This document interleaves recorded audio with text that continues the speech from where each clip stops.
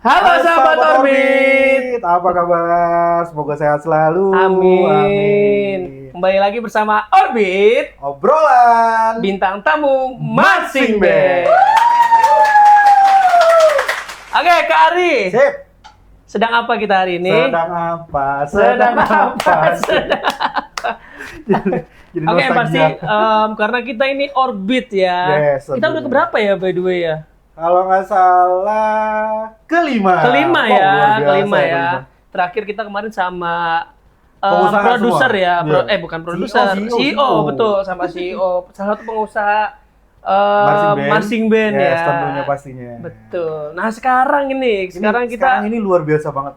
luar biasa banget. Kita ada suasana baru lagi nih ya. Yes, pastinya kita pokoknya setiap podcast harus suasana Beda-beda. baru. Beda-beda. Itu, kita harus diwajibin sama kita. Namanya juga Orbit Iya, ya. biar produsernya aja yang bingung. mau di Cari mana, tempat. mau di mana kan. Oke, Kak Nuri, hari ini tuh luar biasa banget. Betul. Kita kedatangan orang yang dibilang penting, sangat penting. Penting banget. Dibilang biasa yang nggak biasa. Benar. Pastinya kita selalu mendatangkan orang-orang yang sangat luar biasa. Betul. Yang bakal bisa mengedukasi teman-teman semua, sahabat-sahabat Orbit. Dari pelatih, dari sekolah, ya. Yang mau tentunya di dunia Marching band. Pokoknya podcast kali ini akan terus seputar tentang marching band, sahabat Orbit. Yes, betul. Kali ini kita mengundang siapa nih, Kak? Kali ini kita akan mengundang salah satu punggawa, bukan punggawa ya. Punggawa udah kayak zaman penjajahan. Kita akan kedatangan bukan salah satu, emang dia doang. Dia doang. Emang Kalau dia- salah satu berarti 9. Ada banyak. Iya, salah satu 9. Sembilan. Terus, kita mau kedatangan apa ya bahasanya ya? Pokoknya petinggi. Petinggi, salah satu petinggi, Nah, penting. salah satu lembaga yang termasuk kita naungin ini. Iya, Ya. di organisasi IDCA. Cuman ini bukan di IDCA satu aja, tapi di yang menaungi IDCA-nya. Seprovinsi, Iya, betul. sedunia, Semua-muanya. Kita akan kedatangan Sekjen IDCA luar Pusat. biasa banget. Pokoknya kita makin kesini makin harus up terus. Kita Betul. mengundang orang-orang yang tadi saya bilang edukasinya pasti. Nah, karena kita kedatangan Sekjen IDCA Pusat, nah, sahabat Orbit bisa tanya-tanya nih nanti, bukan sahabat Orbit kita ya. Kita. Kita akan bertanya-tanya tentang masalah dunia permarching bandan Tentunya, yang terupdate. yes. Pokoknya pantengin aja nanti ya. Betul. Pokoknya yang dari pelosok sampai ke angkasa harus pantengin terus. Betul sekali. Jangan lupa pantengin Orbit terus tiap Yeah, harinya ya. Betul. Kalau udah habis puter lagi. Puter lagi. Pokoknya gak bakal ngebawa Senin. Ya, kita akan kedatangan Sekjen IDCA. Siapa dia? Mas Heri Gunawan. Oke, silakan Mas Heri. Gimana kabarnya hari ini? Baik. Bagaimana? Silakan duduk. Silakan. Ya, silakan duduk di tempat kami yang sangat sederhana ini.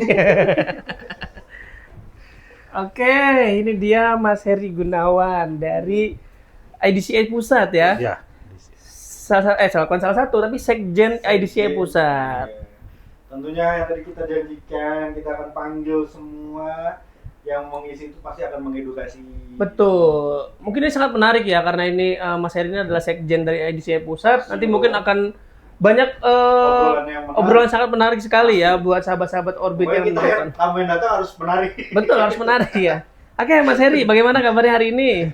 Kabar baik. Kabar baik, alhamdulillah. Semoga selalu baik, Mas Heri. Kesibukannya apa aja nih Mas Heri nih? Ya marching band. Pak. Marching band ya. Kesibukannya marching band tuh. Udah kesibukannya marching. Mas Heri ini masuk marching band ini dari umur berapa? Saya sebenarnya agak telat masuk marching band itu. Telat berapa bulan tuh? Kayak gitu. Sebenarnya saya dari SMA. Dari SMA. Pas masuk ke kuliah sebenarnya ya saya gagal, maksudnya dulu kepengen mau ke isi lah Jogja. Isi Dari Jogja. Palembang kepengen ngerantau tapi kan nggak terwujud. Jadi saya masuk di salah satu universitas yang punya marching band. Dulu di Trinanti namanya. Itu Trinanti. cukup di Indonesia itu cukup besar lah namanya. Ya karena kebetulan pihak kampus anaknya itu memang senang di marching band, jadi update salah satu Trinanti itu salah satu memang motor marching band modern karena arahnya kiblatnya ke Amerika. Kebetulan pemilik itu anaknya tuh ada yang sekolah di Amerika, jadi kita tuh update terus tentang. Jadi ngalur gitu. Iya, ngambil video tuh mungkin salah satu tahun 90-an tuh salah satu yang update tentang Disya itu memang salah satunya Di Trinanti. Trinanti itu. Di Trinanti di mana? Di Palembang. Oh, Palembang. Ya, Sumatera ya. ya, masuk saya tahun 90-91-an aktif di UKM, namanya UKM. Iya, unit kegiatan Tapi mahasiswa. karena ya marching band itu karena ya hampir rata-rata ya kampus itu apa peserta anggota itu kan sedikit kampus. Biasanya kita kemarin itu narik dari peserta dari umum juga, dari anak-anak oke. SMP dan SMA. Oh, kalau zaman saya berarti udah banyak berarti ya. Iya, jadi campur tuh SMA, SMP, SMA dan mahasiswa. Tapi Oke. programnya jelas pada saat itu memang Trinanti itu. Programnya memang ke GPMB terus setiap tahun. Setiap tahun Setiap tahun Targetnya target selalu menjadi peserta GPMB. peserta GPMB mulai tahun 89 itu. Jadi memang kita latihan itu targetnya memang ngikutin event. Oke. Jadi memang Jadi ada tujuannya. tujuannya memang saya masuk tuh kebetulan di marching band yang punya program yang jelas bahwa ngikutin event nasional di Jakarta Setiap tahun. tiap tahun tuh. Berarti dana lancar. Ya karena kebetulan ketua marching bandnya itu salah satu anak pemilik kampus. Jadi Oh, disupport ya. support habis kita sampai bus itu bus itu punya marching band tuh ada 2 bus memang khusus kan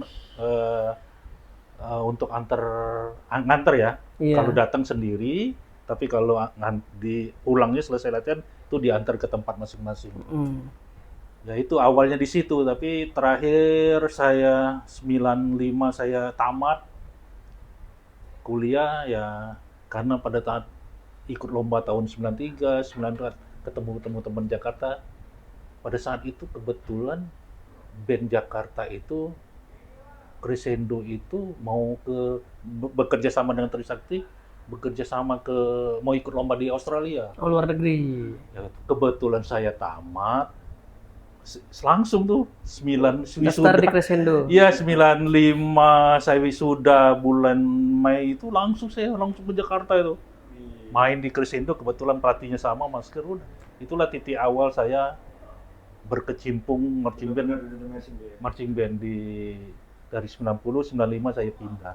Oh, berarti di Crescendo itu nggak cuman jadi player tapi manajemennya juga di situ. Iya, saya belajar banyak di situ. Ya kalau kisah hidup saya memang rantau tuh saya tinggal di rumah Mas Kir memang pelatih. Oke. Dia tinggal di situ ya kayak sejenis bukan itu ya, kayak orang tua angkat saya sih sebenarnya. Sangat berjasa sekali Iya, Mas Kir ini. besar itu. Selain itu ada beberapa orang yang Crescendo juga. Ya hampir rata-rata teman saya Crescendo yang banyak membantu saya. Tapi khusus untuk marching band karena saya tinggal di rumah Mas Kir tuh tiap hari tuh dicekokin terus tentang manajemen, marching band, kepelatihan. Itu bahkan kita di mobil pun tiap hari ya marching band terus. Itu yang mengilhamin saya itu ke marching band. Tapi emang apa ya? Tadi Crescendo itu kayaknya menghasilkan banyak orang-orang yang Iya, sukses di termasuk dunia. ya di situ. Jadi Karena Crescendo ini salah satu band besar di era dulu ya. Kayaknya tim kita harus mencari orang-orang Crescendo. iya, saya juga. Jadi kalau bisa dibicarakan Crescendo itu kumpulan orang-orang marching band yang tanda kutip yang hebat-hebat sih. Ada dari Palembang, dari Popokal, tim semua. Di bulan Crescendo Iya, semua ya. beruntung situ ada kos-kos kita ada yang ngontrak, ada apa. Jadi benar-benar independen mandiri. Latihan pun kita nggak punya alat itu. Jadi dulu ada teman-teman yang ngajar di SMP, SMA. Dibawalah tuh alat. Iya, pokoknya dulu komitmen mereka, kita itu hari Rabu tidak boleh ngajar sama Sabtu Minggu. Karena Jadi untuk latihan. Untuk Crescendo jadi hari lainnya itu bebas. Jadi setelah latihan hari Selasa, kadang-kadang teman bawa alatnya terus ditaruh di Senayan. Memang base camp kita di Senayan. Disitulah kita latihan. Jadi banyak juga teman-teman saya itu kayak saya lulus jadi sarjana, teman sarjana itu lupa dengan padahal kan kita setelah sarjana itu kan jadi kerjaan. Betul, betul. Tapi di situ kita Dunianya sudah marching band hatinya. ingat semua. Benar, Itu benar. Iya. semua itu bukannya itu bercampur, ada yang sudah tamat, ada yang sarjana, semua. Jadi karena hobi sama ya udah. Betul. Balik latihan malam-malam sampai ke Nggak merasa jalan capeknya. nongkrong puncak jam 2 baru balik. Ya kadang-kadang saya karena tinggal di rumah masih kan nggak enak malam-malam, jadi jam 10 saya balik ya. Ya intinya ke situ perjalanan saya itu memang dari Palembang hijrah ke Jakarta, dan juga saya banyak ngajar-ngajar, jadi komplit saya dari pemain, pelatih, dan juga juri. Dari tahun 2004 sampai 2008 saya jadi juri GPMB dan juri di mana-mana. Tapi terakhir saya kerja, saya melepaskan itu semua, melepaskan ngajar, melepaskan juri, tapi saya kerjanya tetap di lingkungan marching band juga. Masih aktif di dunia marching band. Masih aktif. Iya, masih tetap saya ditawarin kerja di salah satu distributor Jepang yang merek Tama itu, distributornya itu di Bahana namanya. Di situ saya 2004 mulai bergabung situ, tapi saya melepaskan semua dari ngelatih dan juri. Dari tahun 2004 itu saya memutuskan stop semua, tapi tetap aktif di marching band sampai sekarang, tapi kerja sampai di perusahaan juga karena saya jaga komitmen untuk independen gitu. Iya, betul. Luar biasa pengalamannya. Kita juga yang muda bisa nggak sih? Bisa. Nggak ada yang Ya, nggak makanya pernah kita harus nggak punya bisa. motivasi, betul. Betul. Makanya kita datengin orang-orang yang sangat berpengaruh di sini biar sahabat-sahabat Orbit ini juga bisa termotivasi seperti itu. Lah, lalu dari Mas Heri ini bekerja, kok bisa sampai ke IDCA ini nih? Oh iya. Gimana tuh Karena ceritanya? tadi kan saya bilang, saya suatu ide atau ilham marching itu kan karena sering berdiskusi dengan Mas Kier, anggap saya pelatih dengan orang tua saya, jadi hobi saya itu kan di organisasi juga. Iya. Sebelum IDCA itu sebenarnya saya sudah mendirikan, kalau teman-teman lihat tuh namanya Trend Marching tuh. Trend marching ya. Itu era tahun 2000-an tuh sangat pertama kali website tentang marching band tuh saya sama teman saya namanya Gultom dari Marching Band UGM tuh bikin Iya, Mas Gultom ya. bikin website tentang trend marching, tentang meliput event. Saya Betul. memang hobi di situ, jadi ngeliput-liput event yang ada di daerah, bicara meliput tentang GPMB itu salah satu media website yang pertama kali tuh. Sama Mas Jadi- Gultom berarti. Iya, Gultom ya. Mas Gultom itu berarti senior saya itu dia. Di Di UGM ya. Ya itu saya lama juga di situ dari 2004 sampai saya kerja sampai terakhir karena dia kerja di Degaria pada saat itu, jadi ya saya karena dia ahli IT-nya, Iya. saya merasa kehilangan. Tapi saya di lapangan marching band, dia ahli IT-nya bikin website itu, saya kehilangan. Dia kan kemarin kerja langsung berapa tahun dia di Nigeria, jadi saya kehilangan partner lah. Nah dari situ vakum. Suatu ketika 2015 itu ya karena kita bergaul tadi ya temen di Banten itu, temen saya Haridoyo itu. Haridoyo itu Iya, Mas kenalnya di Haridoyo. tahun 92-93 saya udah kenal dia waktu lomba di GPMB.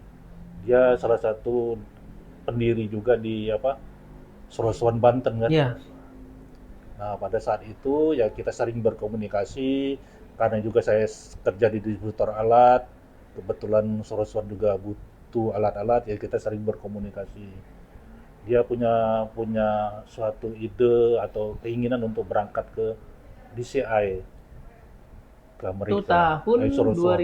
2015 ya? Tapi 15 ya? Ya, tapi sebelum itu kami sudah sering, saya khususnya sama Mas Haridoyo sering ya berdiskusi lah. Dia ikut ke Thailand, saya juga ikut, terus Sorosuan ikut ke Belanda, saya juga ikut sebagai ya ngobrol.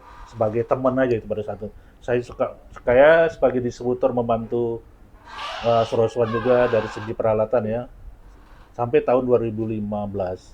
Nah, berdirinya IDESIA itu karena Serosuan Banten ini ikut ke Amerika kan harus awal mulanya harus ada organisasi. Oh iya, betul. IDCA itu karena Lahirnya itu. Iya. Ya lahirnya waktu mereka survei itu ya alangkah baiknya jangan sia-sia kedatangan band Indonesia ke Amerika langsung nggak ada apa-apanya, nggak bawa balik hasilnya, oleh-oleh lah. Nah disitulah dari diskusi dengan owner DCI, kamu harus bentuk organisasi non-profit yang tidak berafiliasi ke pemerintahan. Nah disitulah awal ya terbentuknya. Jadi sebelum kita berangkat, setelah ada survei, waktu kita mau berangkat Amerika, teman-teman Haridoyo dan juga ada Mas Widi dan foundernya Pak Nano membentuk organisasi itu. Organisasi terbentuknya awal itu IDESIA untuk di tahun 2015. Berarti after dari Belanda itu? After dari Belanda mau ke Amerika, terus mereka ada survei ke Amerika, tapi keinginan untuk bekerja sama itu lebih panjang gimana sih? Nah, gitu kan. Akhirnya mereka menyarankan kamu bentuklah satu lembaga harus ya. bentuk dulu lembaga non profit yang bisa menaungi lah ya. Karena DCI itu tidak mau bekerja sama ke pemerintahan ataupun independen perorangan itu enggak. Dia harus ada organisasi benar marching band. Itulah awal terbentuknya ya. Ya IDESIA itu ya suatu asosiasi yang menaungin marching band di Indonesia. Tapi karena kita berafiliasi ke DCI, jadi sistem-sistem DCI itulah yang kita bawa ke Indonesia. Betul. Membawain semua. Memang itu awalnya sih di dunia itu, di Asia itu hanya Indonesia itu yang tahun 2015 kerjasama. Cuma Indonesia. Di ASEAN. Di ASEAN Baru pertama kali. Thailand pun belum. Thailand belum. Thailand tuh malahan baru sekarang. Baru sekarang ini. Iya. Jadi benar-benar 2015 tuh awal pertama kali kita Indonesia itu bekerja sama dengan DCI untuk kawasan Asia. Kita bekerja sama itu ya bentuk kerjasama kan sebenarnya dari edukasi. Betul. Dari kita memang bikin perjanjian ke situ, dari edukasi, sistem mata lombanya, terus edukasi mengenai dari apa itu tentang marching band lah, edukasi sama klinik dan sistem lomba. Nah sistem lomba itu juga ada di Soundsport lah salah satunya. Nah, itu rangkaian kerjasama itu dan juga mengenalkan brand DCI itu di Indonesia. Sebenarnya untuk kayak pelatih mungkin yang pelatih dari bawah itu ya bahasa kita sih pelatih pelosok. Ya. Ya karena belum banyak yang paham tentang IDCA karena IDCA ini kan baru boomingnya nih 2020 ke atas setelah yang dari mana? Banten. Iya. Setelah ada Banten IDCA itu kan itu belum ada lembaganya kalau nggak salah, atau emang sudah? Gini, karena memang benar itu IDESIA itu boomingnya mulai itu 2001 sebenarnya. 2001 ya. Seiring waktu kita kan ada diskusi lah antar teman itu. Kita kalau ngadain lomba kan sertifikatnya tuh kan kalau independen tuh kan masih nggak diakuin di pemerintah. Betul sekali. Nah, itu yang sulit. Ya itu kan diskusi antar kita sama teman-teman IDESIA. Kita nih harus di bawah naungan organisasi yang pemerintah juga kalau memang diakuin. Ternyata akhirnya harus seperti itu. Ya, dulu kan belum ada tuh yang itu kita cari-cari lah. Akhirnya ketemu adanya Kormi. Betul. Kormi pun seiring kita tuh baru naik daun juga tahun 2001 juga sebenarnya. Bahkan IDCA dulu baru Kormi. Iya. Sebelum kita IDESIA masuk itu Kormi tuh kita juga nggak tahu. Di medsos juga nggak ada Kormi. Seiring waktu IDESIA mendaftar jadi anggota, seiring waktulah Kormi mulai naik daun juga. Berbarengan lah naiknya itu. rezekinya bareng Iya, berarti. dan juga di marching band ya selain Idesha ada juga kan PB, seiring waktu kan.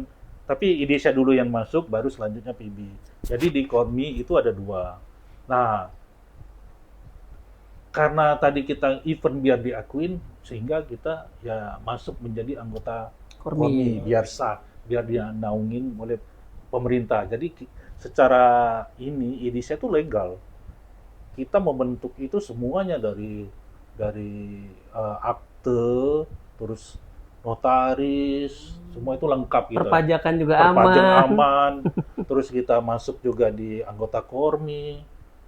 Nah, Sudah ada legalitasnya ya. legalitas. Nah, balik ke Idesha tadi kita selain edukasi kan ada sistem lomba. Iya, betul. Nah, itu yang jadi pertanyaan teman-teman di daerah, sistem lomba apa Idesha? Sebenarnya gini Kak, mungkin untuk edukasi buat teman-teman ya, untuk Ya. pencapaian sebenarnya IDCA itu ya tujuan tertingginya IDCA sendiri gitu.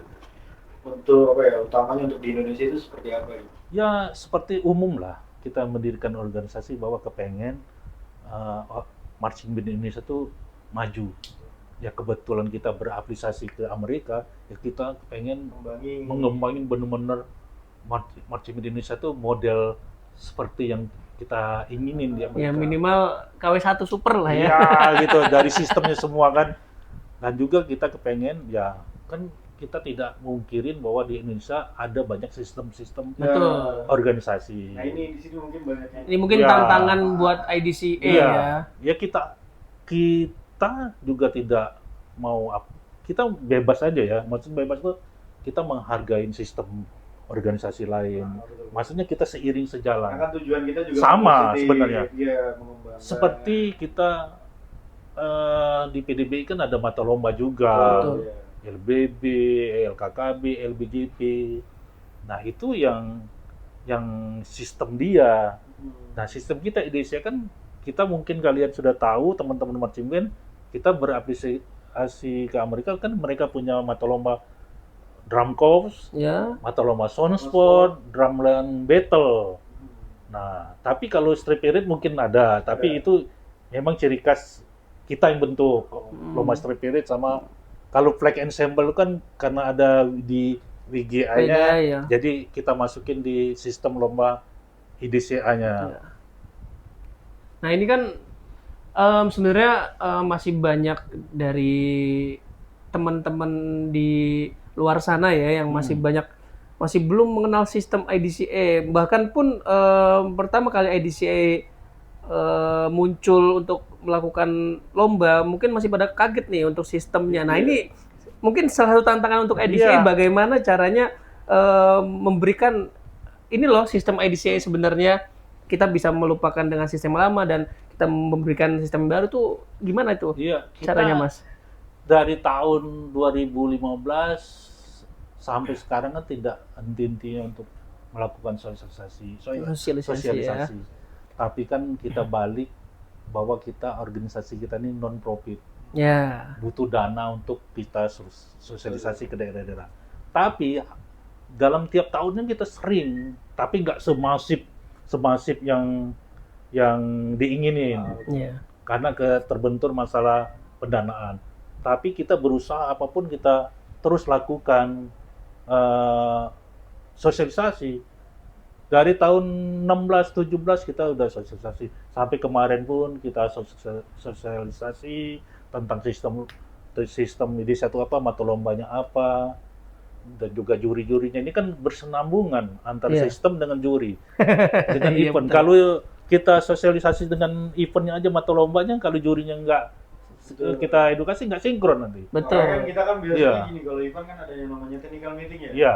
Di desa sendiri pun kita biasa kan pasti mengundang jurinya. Nah, di situ kesempatan untuk edukasinya kan. Iya. Gitu. Nah, mungkin kalau teman-teman ini yang kurang itu edukasinya itu kayak dari bawahnya gitu, atau dari punya program misalkan ide saya keliling desa. Iya. Itu kan Nah, itu. ya dari pusat juga kan kita kan punya daerah-daerah 22 provinsi yang keanggotaan Indonesia. Ya kita berharap juga teman-teman daerah harus melakukan itu juga. Kan tugas kita bukan hanya dari pusat. Betul. Dari provinsi dan juga provinsi punya kabupaten kota, mereka harus komitmen untuk mengedukasi dengan sistem ini. Memang saya akuin dalam lomba itu kan pasti ada pro kontra. Yes. Betul. Tapi dalam itulah kewajiban kita sebagai pengurus baik pusat maupun di daerah maupun di provinsi dan kota mensosialisasikan sistem itu. Ya permasalahannya sih memang kurang edukasi aja. Iya.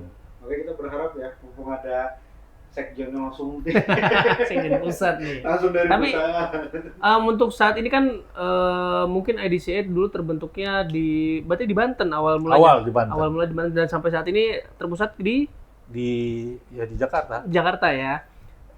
Sampai saat ini sudah berapa banyak provinsi yang mengikuti, yang sudah punya IDCA? Di Indonesia ini kita punya 22 provinsi. Walaupun di Indonesia kan ada 38 provinsi. Betul. Tapi kami tidak asal memaksa semua harus daerah beraplikasi ke IDCA. Kami mencari memang pengurus-pengurus yang benar-benar kepengen mau maju untuk IDCA. Jadi kami tidak harus kuantiti harus penuh semua 38 enggak. Nggak saklek banget. Enggak saklek, kita cari benar-benar komitmen daerah untuk jalan bersama dengan IDCA. Komitmen. Ya kalau kami ada berapa daerah yang ngubungin kami, Mas kami mau kepengen bergabung di IDCA, ayo maju. Datang ke kita di Jakarta Audisi kita ngobrol. Sekarang eranya bukan kami yang mencari lagi. Sudah dicari. Sudah dicari. Jadi kami bukannya jual mahal ya. Kita sebagai IDCA kan sudah memberikan bukti, ada event, ada klinik. Ya, bagi daerah kan terbuka nih. Apalagi medsosnya sudah ada. Mungkin di daerah lain kepengen mau gabung ya. Monggo silakan. Monggo nggak masalah. Sebenarnya nggak ini juga ya, maksudnya nggak ada ruginya juga untuk gabung di sini ya. Yang penting bisa berkomitmen. Iya, kita nggak ada satu hal yang memberatkan provinsi harus punya syarat ini, nggak ada. Yang penting kita berkomitmen untuk bisa bekerja sama memajukan marching band dan drum corps di Indonesia. Luar biasa. Tuh, jadi sahabat-sahabat Orbit mungkin yang ada di provinsi lain yang belum bergabung, silakan sama hubungin tentunya. Mas Heri ya. Pasti di open terus. Tapi ingat kalau mau membuat IDCA, mungkin di salah satu sahabat Orbit yang nonton kepengen banget nih buka, saya mau bergabung dengan IDCA, mungkin nanti bisa hubungin Mas Heri, tapi dengan satu syarat, harus berkomitmen. Yeah. Nanti mau tahu di mananya nanti ada di bawah sini. Atau bisa hubungin admin kami ya. Nah, kayak dari tim Mas Heri sendiri kayak di saya pusat itu ada nggak sih kayak sistem-sistem maksudnya kepelatihan gitu, atau misalkan itu tugasnya dari IDCA yang ada di provinsi atau di bawahnya? Ya, di kita sudah sering laku dari pusat itu ke pelatih dan juga judge training, Coaching ya. coaching klinik ya. Tapi sekarang mulai di daerah sudah mulai Individu. sudah mulai mengadakan provinsi itu klinik-klinik dan juga judge training. Kita membuka diri aja. Ya terbentur kan memang masalah pendanaan lah di daerah kan. Ya kita kan non profit ya. Tapi sudah mulai berjalan kok. Sudah mulai berjalan, adanya pelatihan.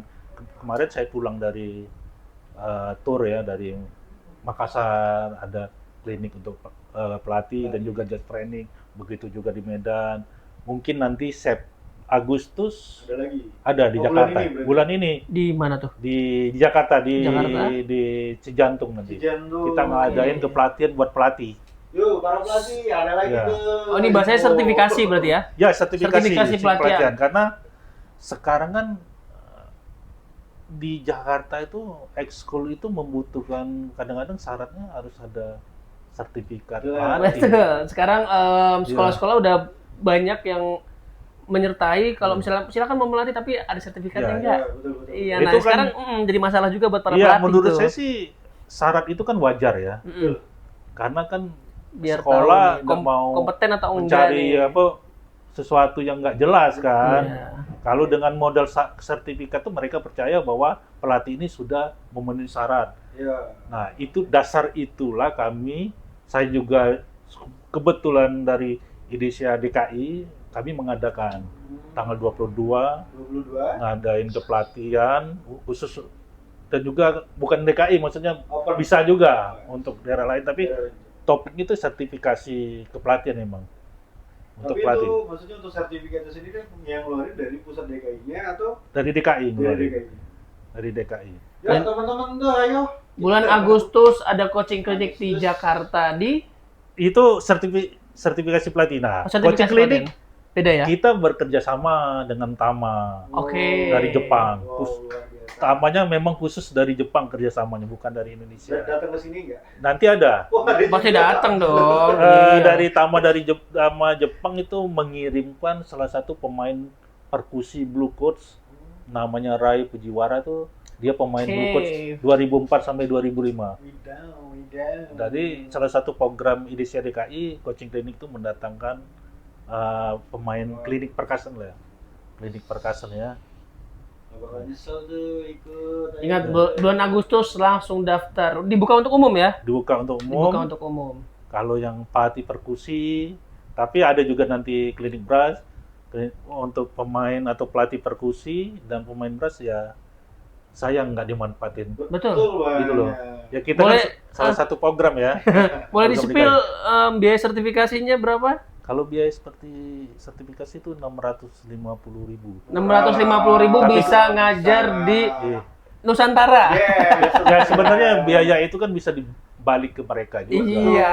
Kan dari pertama dari ada kaos, ada kebutuhan kita membayar para trainer, Betul. biaya makan sebenarnya enggak. Tapi kan hasilnya juga kan baik loh. Ya Iya. itu kan dia nikmatin, nanti dia Iya. bisa jadi pelatih. Gitu. Uang itu kan bisa balik sendiri nanti Nah, kan. Betul. itu. Kita pernah aku juga pernah ngikutin coaching klinik dan ya coaching klinik ya, dan masih banyak pelatih-pelatih yang nggak tahu basic awal seperti apa, cuman tahu yang main dangdung aja tuh. Nah Iya. ini kesempatan buat para Pelatih. teman-teman pelatih bisa langsung daftarkan biar nanti kita samakan apa bahasanya? Materinya. Iya kita samakan materinya gitu. Jadi ilmunya nanti akan dapat banget ya. Ayo para pelatih guys. Dan nggak cuma buat pelatih ya, bisa buat pemain juga Pemain ya, juga buat bisa. player tuh. Terutama untuk battery nih yang suka emang player battery mumpung dari Jepang langsung didatangkan.